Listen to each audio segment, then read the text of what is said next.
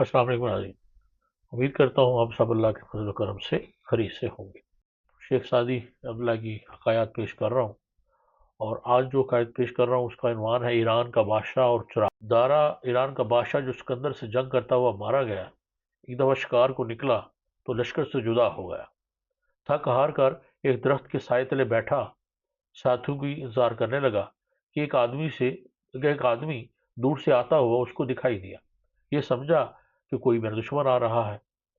तरकस से तीर निकाला, कमान पर चढ़ाया। उस आदमी ने हाथ जोड़ अर्ज किया कि मैं तो आपके घोड़ों का रखवाला हूँ और कई मरतबा आपकी बारगाह में हाजिरी दे चुका हूँ। हैरत की बात है कि आपके 1000 घोड़ों में से एक एक को पहचानता हूँ। अगर आप हुक्म करें तो जो घोड़ा फरमाए हाजिर कर दूँ। उनके रंग, चाल, शक्ल हर चीज़ से वाकिफ हूँ, और मैं समझता हूँ इसमें मेरा कोई कमाल नहीं बल्कि मेरा फ़र्ज़ है। लेकिन गुस्ताखी माफ़, आप भी तो मेरी तरह अवाम के रखवाले हैं। आपको उससे ज़्यादा अवाम का ख्याल करना चाहिए जितना कि मुझे आपके घोड़ों का, क्योंकि मैं तो एक नौकर हूँ। और याद रखिए, जिस बादशाह को अपने पराये की पहचान नहीं, वो हुकूमत करने के काबिल नहीं। तो इस छोटी सी हकायत से हमें सबक ये मिलता है कि बुज़ुर्ग ने फरमाया, जिसको पहचान और तमीज़ नहीं, उसे बुरा जहान में कोई नहीं है। कम से कम हुकूमत करना उसका हक है, जो अवाम नास के हाल से बाखबर रहे, ताकि उनके हकूक़ की अदायगी में कोताही ना हो। हज़रत उमर फ़ारूक रज़ी अल्लाह तआला अन्हु ने फरमाया, अगर दरियाए दजला के किनारे बकरी का बच्चा भी प्यासा मर गया, तो क़यामत के दिन उसके बारे में मुझसे बात पुरस होगी। वो बादशाह मज़लूम की फरियाद क्या सुनेगा, जो घोड़े बाँध कर ऊँचे महल में सो जाए और मज़लूम चीखते रहें।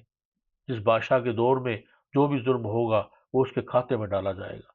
मुसाफिर का दामन कुत्ता नहीं फाड़ता, बल्कि दहकान ही फाड़ता है जिसने उस कुत्ते को रखा हुआ है। बादशाह और रियाया के दरमियान दरबार नहीं होना चाहिए, ताकि राया या भला रोक टोक अपनी शिकायत बादशाह तक पहुंचा सके, और बादशाह अपने कारिंदों से नहीं बल्कि खुद उनका अजाला करे।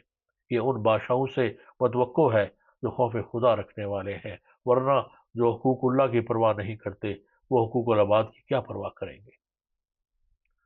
सागस दिए एक शेर है कि जिस दौर में लुट जाए फकीरों की कमाई, उस दौर के हाकिम से कोई भूल हुई है।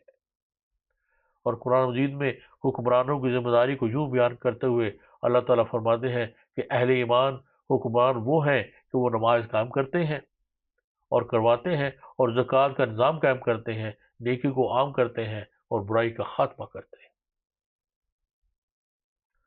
तो फिर हमें पता ये चला कि हुकूमत फूलों की सेज नहीं है कि लपक लपक कर उसको हासिल कर लिया जाए और फिर बदमस्त होकर अय्याशों में पड़ा रहे, बल्कि कांटों का बिस्तर है। इसलिए हज़रत उमर बिन अब्दुल अजीज़ रहमतुल्लाह अलैह को जब खलीफा बनाया गया तो सारी रात रोते रहते, और जब वजह पूछी गई तो फरमाया, पहले मैं सिर्फ अपना जिम्मेदार था, अब मुझ पर पूरी रियाया का बोझ पड़ गया है। अल्लाह ताला हमें समझने की तौफीक अता फरमाए। अल्लाह हाफ़िज़।